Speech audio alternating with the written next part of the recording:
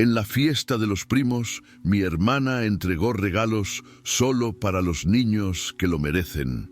A mí, nunca pensé que una fiesta familiar pudiera dejarme con la sensación de que algo dentro de mí se había roto para siempre. ¿Conoces esa clase de momentos que parecen simples desde fuera, pero que en realidad te sacuden todo por dentro? Fue exactamente eso.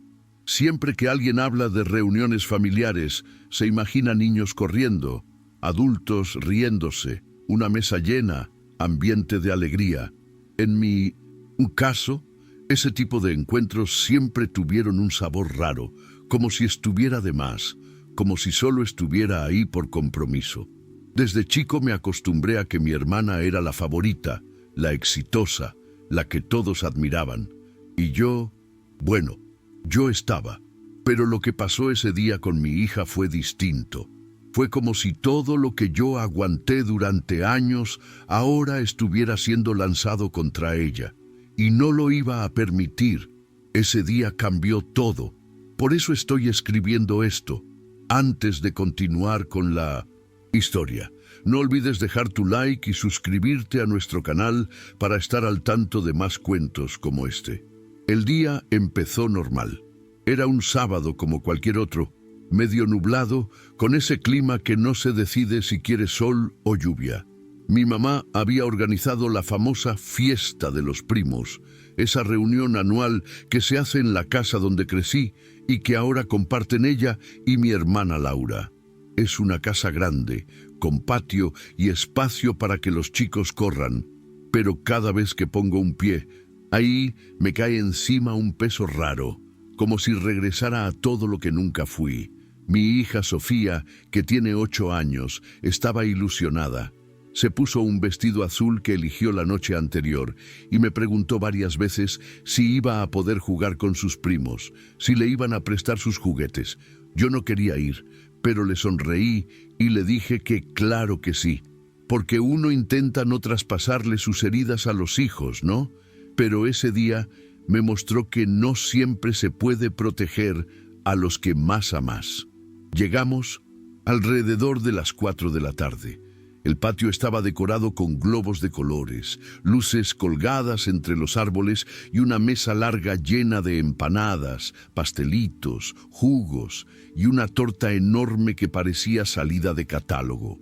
Había adultos charlando con vasos de vino en la mano, chicos corriendo por todos lados, música de fondo, todo muy perfecto. Apenas entramos, mi mamá nos saludó con ese tono que ya conozco. «Daniel, al fin llegaste», como si llevara años evaluándome. Y después le dijo a Sofía que estaba muy linda. Ella sonrió y corrió contenta hacia donde estaban sus primos. Yo me quedé solo, sosteniendo una bolsa con 2 regalos sencillos que le había comprado a Mateo y Ana, los hijos de Laura. Un rompecabezas y un auto a control remoto. No eran grandes cosas, pero los elegí con cariño. Me paré en una esquina del patio, mirando cómo Sofía trataba de meterse en el juego sin interrumpir, y cómo Laura brillaba en el centro de todo, contando historias de su trabajo, de los premios, de sus hijos, de sus logros, como siempre. La tarde fue avanzando y yo me sentía cada vez más incómodo, aunque intentaba no mostrarlo. Escuchaba cómo todos hablaban de las clases de violín de Mateo, de los cuentos que escribía Ana, de lo inteligentes que eran. Nadie preguntó por Sofía, nadie se interesó en qué le gusta, cómo le va en la escuela, si hace algo que la entusiasme. Yo me mordí la lengua para no decir nada. Ya conozco el juego y esta vez no quería entrar. ¿Para qué exponerla? Sofía, mientras tanto, se esforzaba por encajar. Jugaba sola por momentos, se acercaba a Ana, intentaba participar con una sonrisa, pero era evidente que no era parte del grupo como los otros, y eso, a mí, me iba apretando el pecho de a poco. Pero lo peor vino después, cuando empezó el momento de los regalos. Ahí fue cuando todo se desmoronó. Laura se paró en el centro del jardín con una bolsa enorme y una sonrisa de esas que ya conozco. la que usa cuando quiere dejar en claro que tiene el control. Este año, solo los niños que se lo merecen van a recibir regalo, dijo fuerte como si fuera un anuncio oficial. Algunos adultos aplaudieron, otros se miraron entre sí con cara de no saber si reír o quedarse callados. Yo sentí un escalofrío en la espalda. Sabía que algo no iba bien. Laura empezó a repartir los regalos como si estuviera premiando empleados del mes. A Mateo le dio un robot carísimo por sus excelentes notas. A Ana un set de pinturas y pinceles porque es muy creativa. A otros niños les dio dulces o juguetes más simples, pero siempre con una frase que reforzaba su sistema de mérito. Bien hecho, vas mejorando, hay que esforzarse más. Yo observaba en silencio, viendo cómo Sofía miraba desde un rincón, sentada en el césped con las manitos sobre las piernas, esperando su turno, con esa sonrisa contenida de quien quiere creer que todavía hay lugar para ella. Cuando por fin le tocó a Sofía, Laura le entregó una bolsita más chica que las demás. «Esto es para vos», dijo con una voz falsa, casi burlona. Sofía la recibió con ilusión, como si todavía creyera que iba a encontrar ahí algo que la hiciera sentir parte. Abrió la bolsa y sacó un cuaderno viejo, de esos que sobran en cualquier cajón, usado, con las esquinas dobladas. Dentro había una nota escrita a mano. La leyó en silencio. Vi cómo sus ojitos se llenaron de lágrimas, pero no lloró. Solo bajó la cabeza y me buscó con la mirada. Me acerqué, tomé la nota y la leí. «Esfuérzate más el año que viene». No pude hablar, nadie dijo nada. Nadie, ni un solo adulto abrió la boca. Mi mamá miró hacia otro lado, los demás siguieron tomando como si no hubieran visto. Sofía se sentó a mi lado, me abrazó fuerte y me susurró al oído: «Papá, me quiero ir». Y yo solo le respondí que sí, que ya no había nada más que hacer ahí. Recogí nuestras cosas en silencio. Nadie se acercó, nadie nos detuvo. Caminamos hasta el auto sin decir palabra. Yo sentía un nudo en la garganta, una mezcla de impotencia, rabia y tristeza que no sabía cómo procesar. Vi a Sofía mirando por la ventana durante todo el trayecto, apretando su vestido con las manos, sin emitir ni un sonido, y lo peor era que yo no sabía qué decirle. ¿Cómo le explicas a una nena de 8 años que su familia la hizo sentir menos por no encajar en sus estándares? Esa noche, mientras ella dormía, me senté solo en la cocina con la nota en la mano. La leía una y otra vez, y con cada lectura sentía que algo dentro de mí se rompía un poco más. No solo por ella, aunque eso ya era suficiente, era también por mí, por todos los años en los que aguanté ser el segundo, el que nunca estaba a la altura, el que debía esforzarse más. Esa nota era todo lo que yo había sentido en carne propia, pero ahora dirigida a mi hija, y eso no lo iba a permitir. Fue en ese momento que recordé algo que había estado guardado por años, como si lo hubiera empujado a un rincón de la memoria. La casa donde había ocurrido todo eso, la casa de mi infancia, no era de mi madre ni de Laura. Legalmente estaba a mi nombre. Mi papá me la dejó en testamento antes de morir. Lo hizo en silencio, sin avisarle a nadie, confiando en que yo sabría qué hacer. Y durante años no hice nada, porque no quería conflictos, porque no quería sacar ese tema. Pero esa noche, con la nota sobre la mesa y mi hija durmiendo con los ojos aún hinchados de tristeza, decidí que ya era suficiente. Me levanté, abrí la computadora y escribí una carta formal de desalojo. No me tembló la mano. Era la única manera de frenar ese círculo de desprecio que venía de años. Al día siguiente, mandé a entregar la carta por un mensajero. No quería verla. No después de lo que le hizo a Sofía. No habían pasado ni 30 minutos desde que la carta llegó y mi celular empezó a explotar. Primero fueron llamadas que no contesté. Después, mensajes cargados de insultos, signos de exclamación, amenazas y una mezcla de incredulidad y furia. ¿Cómo te atreves? Decime que esto es una broma. ¿Crees que sos? No respondía ninguno. Me mantuve firme, pero supe que la cosa se había descontrolado cuando una vecina me mandó un audio diciendo que Laura estaba gritando en la puerta de la casa como loca, que los vecinos ya se estaban asomando, que era un escándalo. Yo no salí. Me quedé en casa con Sofía, que estaba en su cuarto dibujando, tranquila, ajena a todo lo que se estaba gestando a pocas cuadras. No quería que escuchara, no quería que se contagiara de esa energía. Mientras tanto, los mensajes de Laura no paraban de llegar, ahora mezclando súplicas con chantajes. Hasta llegó a escribir que me iba a denunciar por abuso de confianza. Yo ya no sabía si reír o llorar. Alrededor de las 10 de la mañana me llamó mi mamá. Era inevitable. Sabía que tarde o temprano iba a tener que hablar con ella. Atendí. Su voz estaba entre temblorosa y molesta. «Daniel, ¿qué hiciste?», me dijo sin rodeos. «Laura está destrozada. ¿Nos querés echar de la casa?». Me quedé en silencio un par de segundos. Después respiré hondo y le dije la verdad. «Mamá, la casa es mía. Papá me la dejó a mí. Está en el testamento. Siempre lo estuvo». El silencio al otro lado fue largo. Y después, apenas un susurro. «Eso no puede ser. Nunca me dijiste nada». Le contesté sin levantar la voz. No tenía por qué, pero lo que Laura le hizo a Sofía no lo voy a dejar pasar. Como era de esperarse, intentó justificarse. Que Laura no quiso hacer daño, que solo estaba siendo creativa, que exagerábamos. Ahí fue la paciencia. No fue creatividad, mamá. Fue crueldad.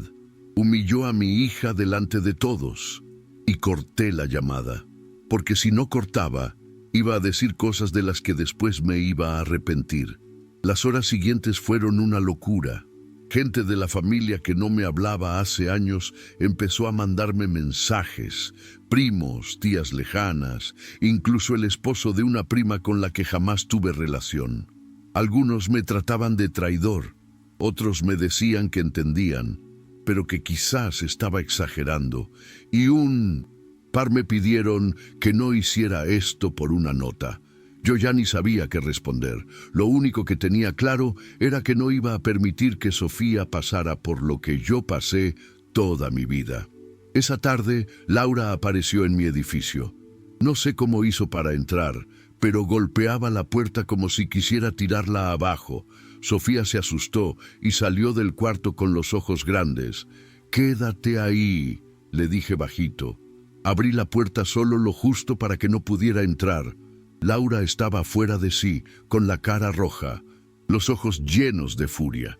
Me gritó que yo era un miserable, que siempre fui un resentido, que la casa era de mamá. Le respondí tranquilo. «La casa está a mi nombre desde hace 10 años. Es legal. Revisa los papeles». Ella no se lo podía creer. Se quedó muda por unos segundos y después soltó una carcajada seca, de esas que no tienen nada de risa. Me dijo que mentía, que papá nunca me hubiera dejado nada, que yo era el hijo que no contaba. Y aunque me dolió, no dejé que me viera flaquear. Le dije que si quería, hablara con un abogado. Ahí cambió de estrategia.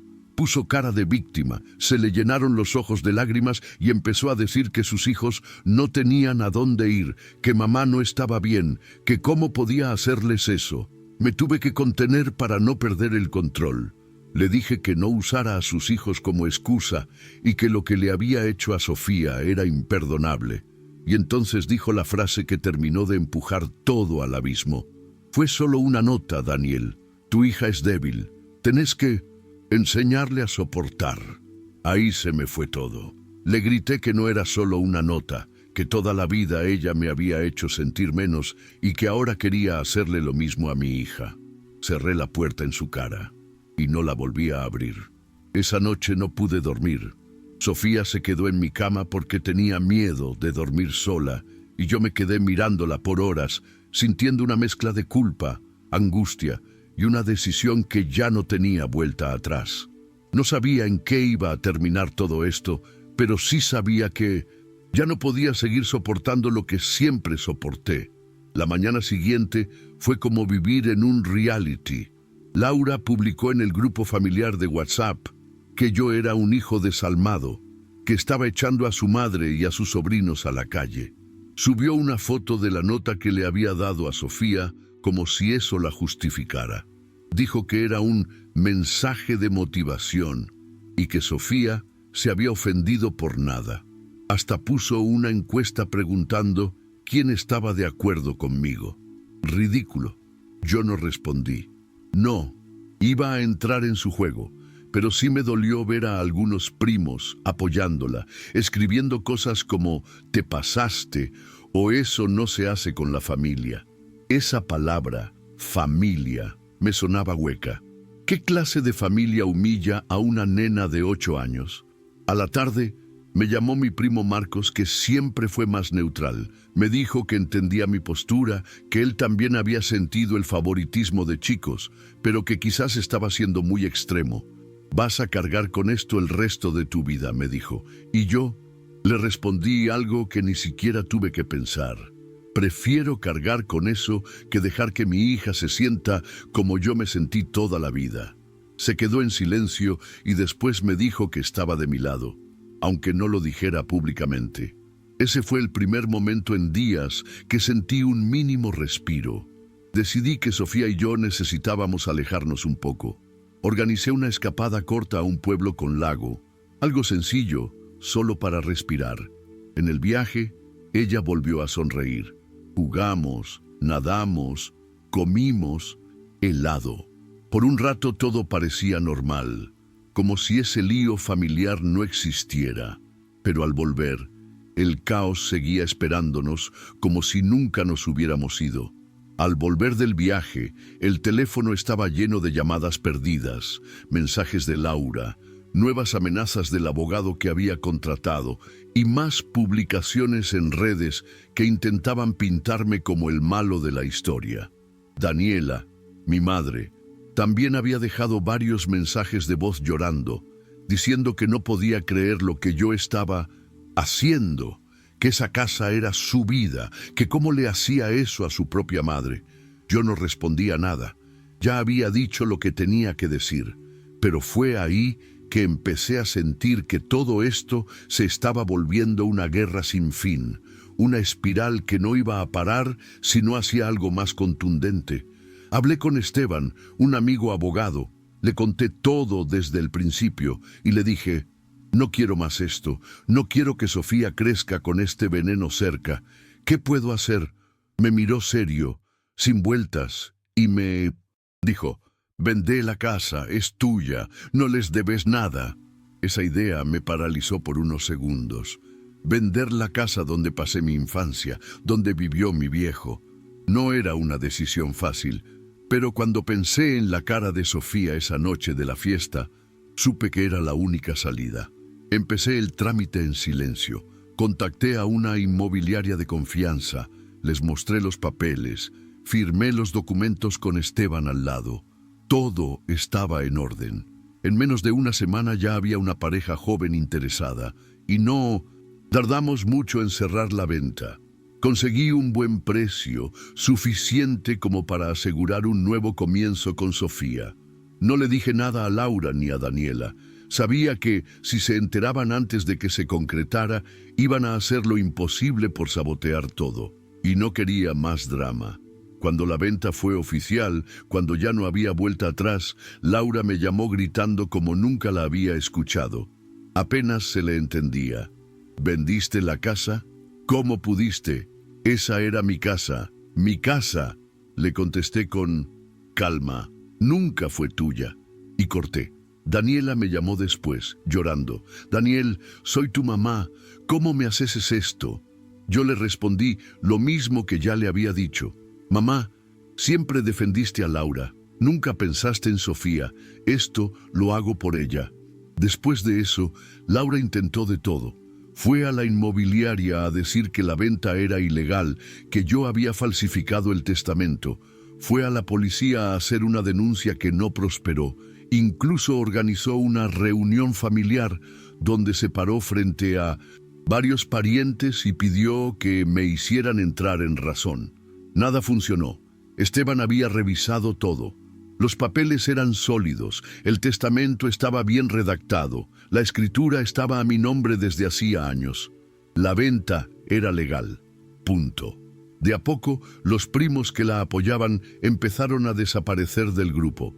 Algunos, como Marcos, incluso me escribieron por privado para decirme que ahora entendían mejor, que no sabían lo que Laura le había hecho a Sofía, que no tenían idea de cómo habían sido las cosas. No voy a mentir, leer esos mensajes me dio una mezcla de alivio y bronca. Alivio porque no estaba tan solo. Bronca porque siempre parece que uno tiene que gritar para que lo escuchen. El día que Laura y Daniela se mudaron, no fui. No quería estar ahí, no quería ver las caras, ni escuchar reproches, ni vivir una escena que ya no me aportaba nada.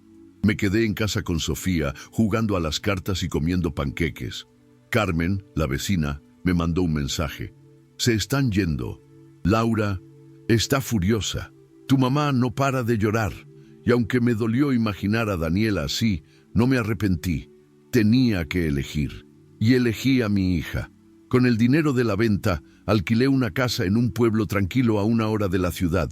Chica, pero luminosa, con un porchecito donde Sofía puede dibujar.